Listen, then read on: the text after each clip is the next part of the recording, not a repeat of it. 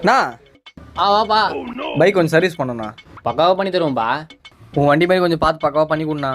சொல்லிட்டேல்ல, நான் பார்த்துக்கிறேன். டேய், வண்டிக்கு ஒரு அட்மிஷன் போடு. Day 2. அண்ணா நம்ம வண்டியை காணோம். அண்ணா இவனா? வாப்பா. வண்டி எங்கண்ணா?